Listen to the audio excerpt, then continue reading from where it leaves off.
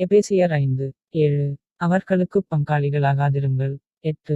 முற்காலத்தில் நீங்கள் அந்தகாரமாயிருந்தீர்கள், இப்பொழுதோ கர்த்தருக்குள் வெளிச்சமாயிருக்கிறீர்கள், வெளிச்சத்தின் பிள்ளைகளாய் நடந்து கொள்ளுங்கள். 9. ஆவியின் கனி, சகல நற்குணத்திலும் நீதியிலும் உண்மையிலும் விளங்கும். 10. கர்த்தருக்குப் பிரியமானது இன்னதென்று நீங்கள் சோதித்துப் பாருங்கள். 11. கனியற்ற அந்தகாரக் கிரியைகளுக்கு உடன்படாமல் அவைகளைக் கடிந்து கொள்ளுங்கள். 12. அவர்களால் ஒளிப்பிடத்தில் செய்யப்படும் கிரியைகளைச் சொல்லுகிறதும் அவலட்சணமாயிருக்கிறதே. 13. அவைகளெல்லாம் கடிந்து கொள்ளப்பட்டு வெளிச்சத்தினால் வெளியரங்கமாகும், வெளியரங்கமாக்குகிறதெல்லாம் வெளிச்சமாயிருக்கிறது. 14. ஆதலால் தும்புகிற நீ விழித்து, மரித்தோரை விட்டு எழுந்திரு, அப்பொழுது கிறிஸ்து உன்னைப் பிரகாசிப்பிப்பாரென்று சொல்லியிருக்கிறார்.